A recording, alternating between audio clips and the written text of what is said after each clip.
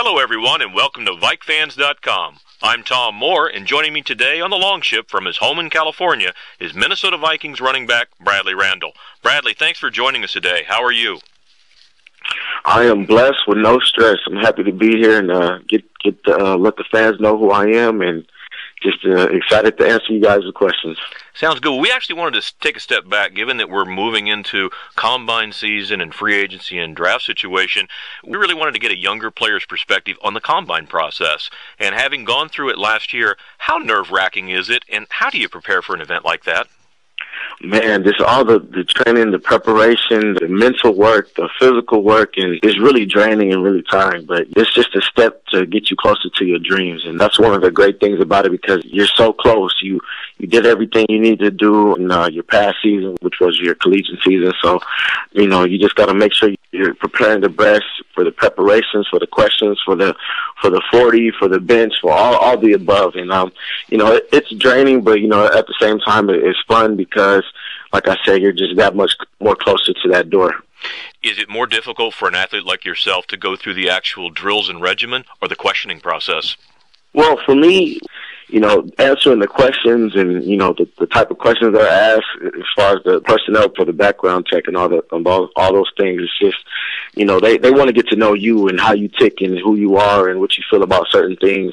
And, that right there, I was ready for it, prepared for it because my father, Lenny Randle, he's a Major League Baseball player, played with the Mets, Yankees, Mariners, and so he was just getting me ready and prepared and just said, son, look, this was going to come at you because it's the same thing that came at me. It's just going to be a little more different for my time and for your time. But, I was just well prepared and, they got me ready early for that at a really young age. That is fortunate. Well, when you got to the combine last year, you ran a blazing 4.38-yard, 40-yard dash.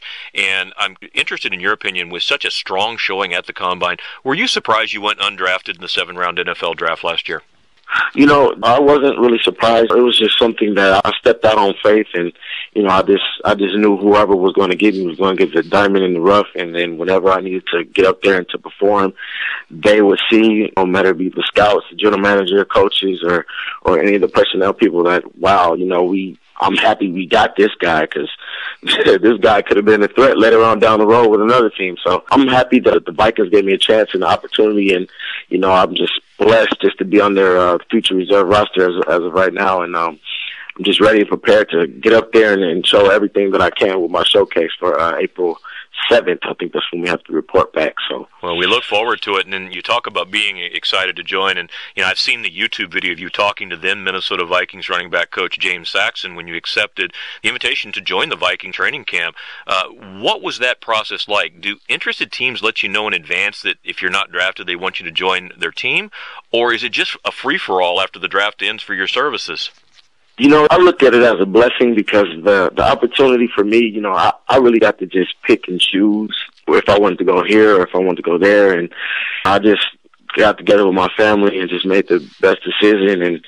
And I really want to, go to the Vikings and be around the great and almighty AP. And so, just to pick his brain and just to improve my game when, just being around his presence and just seeing how he works. So, that process for me was exciting for me because, I knew I was going to be in Minnesota because it was my choice, and, I was feeling the love that they were giving me. And so I ultimately chose the mighty Skull Vikings, and, everything worked out, and I'm just very happy and blessed just to be at this point where I am right now. Well, Bradley, before that question, if there was any concerns about whether or not the fans liked you, when you use skull and you use the purple, I think you just got the rest of them to come over to Bradley Randle's side.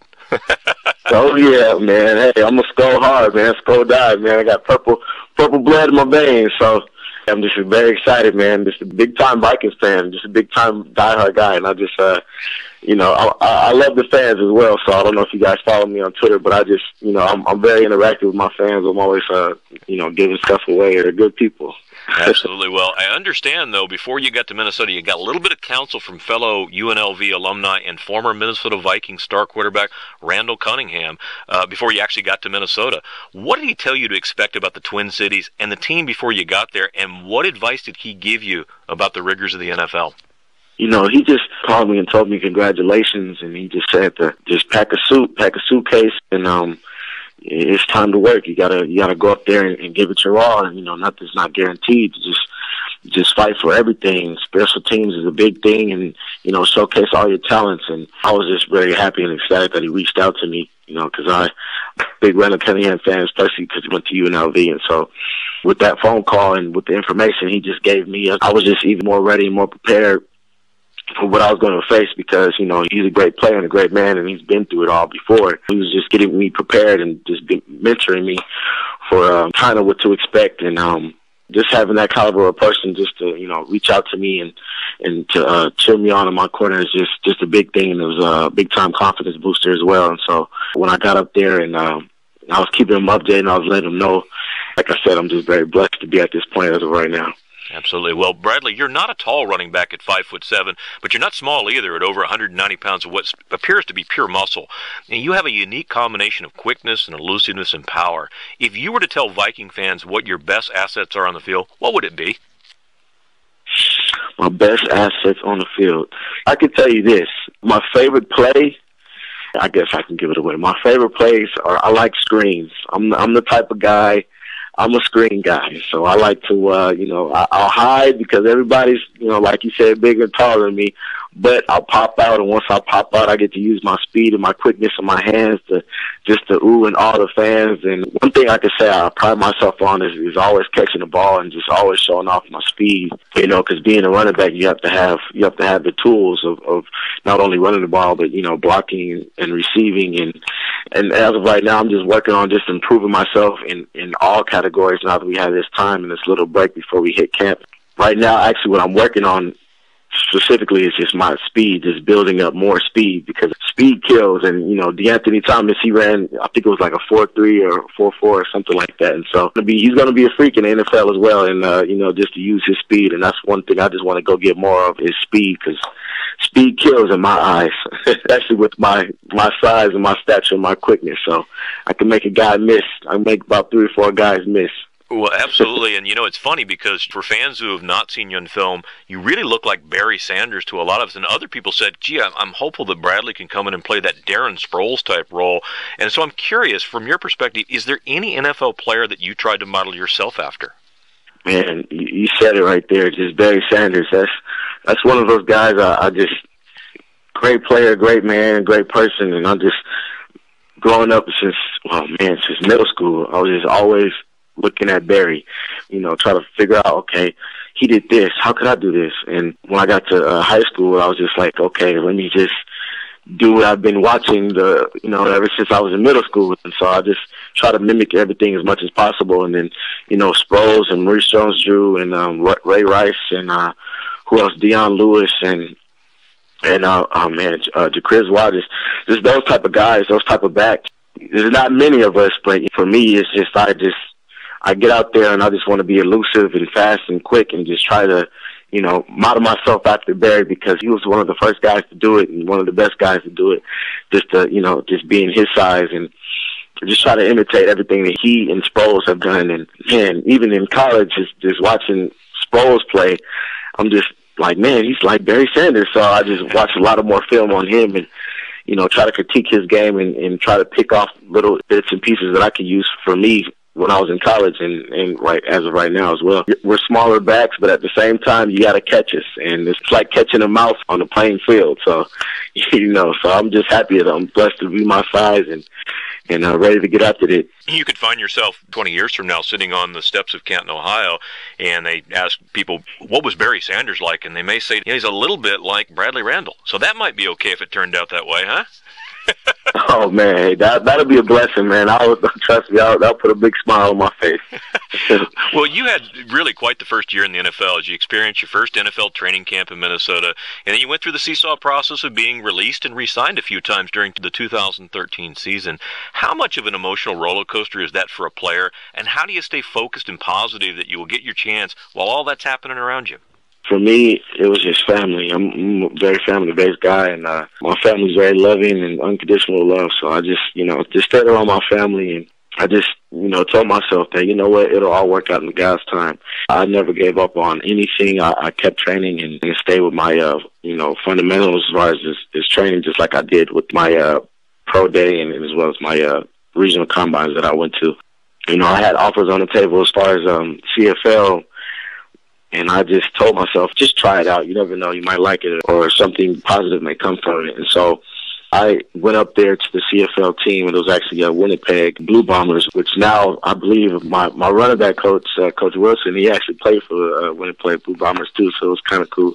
You know, just being up there and being on the practice squad and just seeing like, man, okay, this CFL ball is a little different from the NFL because, you know, they only got 3 downs and they got the scoring was really different than the NFL. But I ultimately came back and I just said, you know what, just stay the course and good things will happen. I was just having good thoughts, positive thoughts, and my father was actually just letting me know that, you know, he just said, you know, son, it's part of the process. Things happen, you know. Players get cut, players get released, players get re-signed, and you never know. Just make sure you stay in shape. And I also had bumped into Terrell Davis because he actually lives out here in California, and so he was just telling me, like, man, you were doing so good in camp, man. He was lighting it up. He was making a lot of big hits out there. And he just told me to just continue training and make sure you're in shape because you will get a call. And so, you know, that uplifted my spirits as well. And so, praise God, I got the call to come back and just very ecstatic and just happy and joyful. And best believe when I got on the plane, I just was like, man, I was already ready to go. And just to see the guys, they all welcomed me back. And I got nicknames and stuff like that over there. So, you know, it was good to hear those nicknames once again, even though I'm not really cool with some of the nicknames like Mighty Mouse and Little AP. Oh, I'm cool with Little AP. I'm fine with that. But, you know, just to be around those guys again was just cool. Well, I got to be honest with you. We're happy that you didn't have to stay in Canada because nobody wants to make a living having to return kicks out of the end zone because if you get trapped, you get that penalty. That doesn't seem right. Oh man, trust me, I was trying to figure it out, man. They got some rules up there, and everybody goes in motion with the quarterback when he sends them. So, but it was just a learning experience. Got to play overseas for a little bit, so that was cool. Well, in your first year, what was the hardest thing that you experienced to adjust to in the NFL? I want to say the speed of the game. You know, just being around. It was for rookie minicamp actually. Going to UNLV.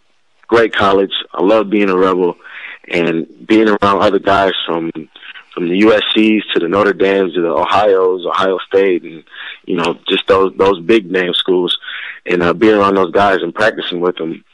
You know, I was just like, man, it's actually moving faster than we were in college, and you know, I ultimately adjusted to the speed. I'm like, and I was just telling myself like, wow, you know what?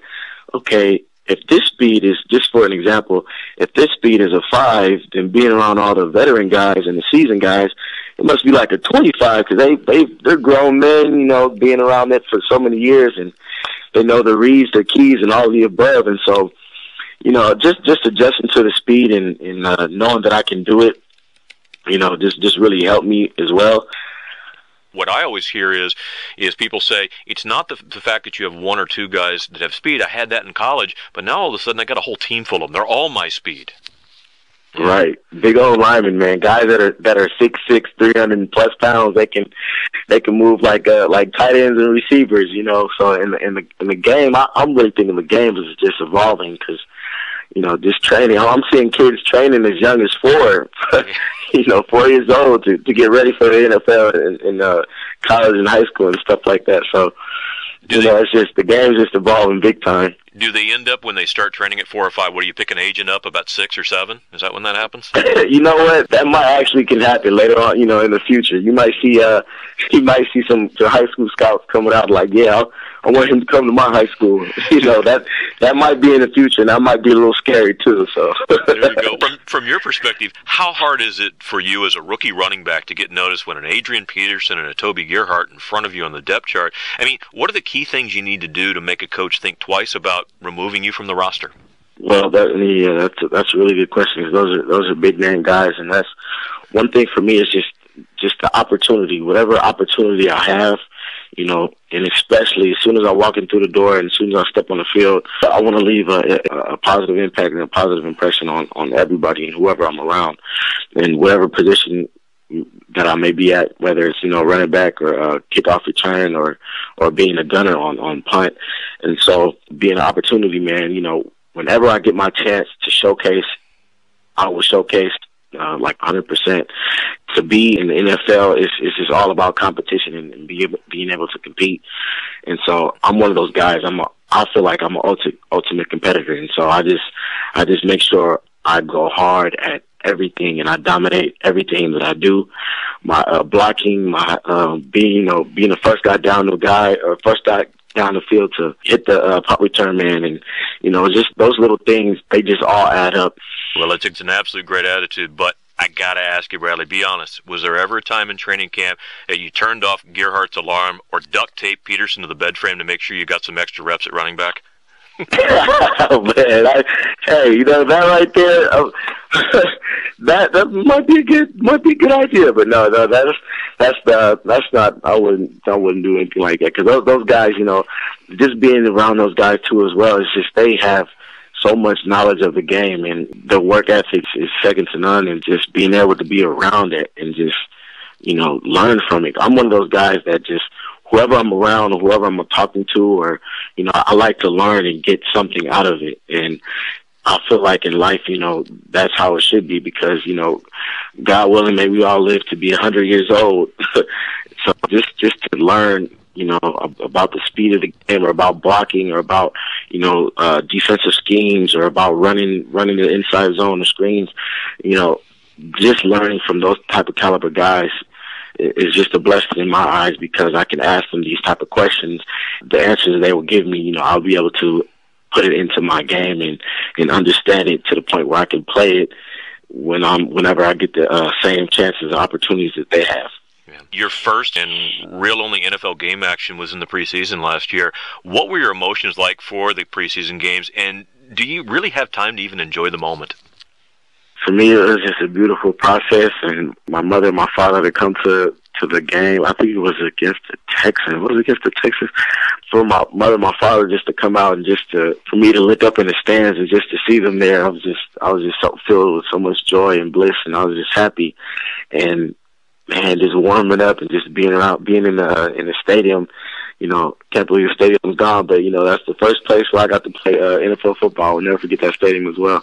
But I'll tell you one story. When it was my time for a series, when I first got into the huddle, I was calm, I was cool, I was collected, and I believe it was like a TV timeout, but I started looking around because I was like, man, why are so many people in here? It's just, they're everywhere. I was just looking around the stadium. I was like, oh my gosh, I was trying to get overwhelmed. And I just, I was like, okay, put your head back down, just stay focused. I was trying to so hard, but I just kept gazing around, and I finally looked at my mom, and I was like, okay, I can do this, I can do that. Well, when you see your mom, you get a glimpse of her, at least you kind of go back, okay, I can remember the Pee Wee days, I remember high school football, it's going to be fine. Right, you just get those flashes, that's exactly what it is. At this point in time, you've got a new set of coaches coming in, and I'm curious to get your thoughts about your impressions of new head coach Mike Zimmer, and also Norv Turner on the offensive coordinator side. Tell me what you think they bring to Minnesota. With these two coaches that we have on our Viking staff, I believe Coach Zimmer, he's just a hard-nosed guy. He'll fire the team up, offense, defense, and special team. We'll play for him. We'll play our heart out for him. And me personally, I enjoy that, just to have one of those type of coaches that'll fire you up and get in your face, and that'll just motivate me more and bring the best out of me. And I pride myself in being a hard-nosed player, because I feel like I'm an old-school player as well, because I just love football so much. I'm very passionate about the game and about the sport, and I'm doing something that I love, and I have love for the game. And so just to be around that type of old-school coach and the mentality that I have is just a blessing. And then Coach Turner as well, he's just offensive guru as far as quarterbacks and offensive players, and he just knows how to mold plays to the players, and that's something that I'm excited as well. And it's like Norv Turner resembles like John Madden to me, and Coach Zimmer resembles Bill Parcells, and that's just something that's just mighty, and I believe that the players, it won't take any type of time for us to buy in, because they're very respected, and anything that they'll say will be respected by the players. It's a hard team to stop when everybody buys into the program and what they're telling us, and that's something that I'm excited for. One thing when I think about North Turner, I just think about the Chargers, because I'm not too far from San Diego. just thinking about LT and Sproles, just those guys just stick out in my head, and I'm just like, man, now I have this great offensive coach as a coordinator, and I just can't wait to. I just have so many ideas and so much excitement, but I believe he brings a lot to the table, and I think he's just a perfect fit for our offense. He can create explosive plays I believe for Adrian, for Cordero, for Greg, for myself, and just spread the ball all around. And I was going to say, the really good news about him is he loves the screen pass to the running back, so he's right up your alley. Hey, we might be best friends now. Might be that's my go-to guy for a screen. I have to talk to him about that. So yeah, that's going to be one of the great things to have for him. Well, it's funny because you talked about, your desires to do whatever the team needs. And, I know you returned some kicks in college, and with Cordero Patterson likely becoming a more integral part of the offense in 2014 in the passing game, do you see the team giving you a chance to take some of his kickoff return reps and giving them to you? With any opportunity, like I said, I'll take it, and I will showcase everything that I have with my ability. If I would be able to turn those kicks or punt returns, I'll take it to the house because I feel like I'm an explosive player. I haven't yet raced Cordero. I don't know who's faster out of me or him, but I'm sure it'll be a good race. And, if I get those opportunities in the preseason as well as the season, that I'm sure I'll have the fans on the edge of their seats. Well, I'll tell you what, we can get the race on. Let's just Twitter the fact that you think you can beat him in a race, and we can have it set up quick. Yeah, let's do it, man. Let's do it. Cordell, man, get ready. I'll see you soon, buddy. Well, you played college ball in Las Vegas where they say it's a dry heat. And when the Twin Cities, they say it's a dry cold. Which climate is more to your liking, and how do you feel about December and January outdoor games at TCF Bank Stadium? Whew, okay. I'll tell you this. When I got out there and when I got the call to come out to fly out, I believe it was Thursday, it was either May or April, one of those days or one of those months, just flying in. I'm looking out the airplane window like, what? I'm like, what is this white stuff on the ground? What's going on here? The person I was sitting next to, I was like, yeah, it's snow. And they were just telling me these snow stories, like, yeah, the lake freezes over, you could drive your car right across the frozen lake. I'm like, what? Makes no sense, because, back in California or Las Vegas, it's still probably like 95 or maybe even 100. But, I'll make my adjustments. I'm sure I can get through it. My pops, he told me, look, during the cold games, just make sure you put Vaseline on yourself and drink some tea, and you'll be fine. So I'm going to take his recommendation. Yeah, well, he'll be laughing at you when it's cold, but I'm curious, are you going to go sleeveless? Are you putting sleeves on when it drops below 20 degrees? Hey, like I said, I'm getting ready for it right now. The lowest it gets in California is about 40 degrees at night. So hopefully that might help me when I'm just walking outside and I'm just pretending like I'm in Minnesota. But I'll be ready and I'll be prepared. Sounds good. Well, Bradley, you're one of the most active NFL players on Twitter, and you interact with your fans on a regular basis. And yesterday, you said you're not worried about rookie Jadeveon Clowney as your 40-yard speed is better. Now, my question to you is, how does that opinion change when he's right in front of you during a game, or if he becomes a teammate in a Viking uniform? I think in a game, I would know where he is at all times because he's an explosive player, and I believe he's a great athlete, and I believe he can transition pretty well in the NFL. And so playing against him, I would just let him know that, yes, I am 5'7" and almost 200 pounds, and I will attack him, and I will let my presence be felt. Just to let him know that, let's get that point across. But now, if he's on the team, I'll be even more happy that he's on the team, and instead of being playing against him at the times. No sweat. Well, we'll make sure that if he happens to be on the team, we'll tell him he's got next after you race Patterson. Oh, yeah. He's next up. He is sure that. There you go. We're going to stick to the speed angle of this. And yesterday on the NFL Network, 44-year-old anchor Rich Eisen ran the 40-yard dash in a full suit and tie and broke the 6-second mark with a time run of 5.98. Bradley, my question to you is, what is your best time in a full suit? And if you raced Eisen, how much of a head start could you give him in the 40 and still beat him to the finish line? Wow.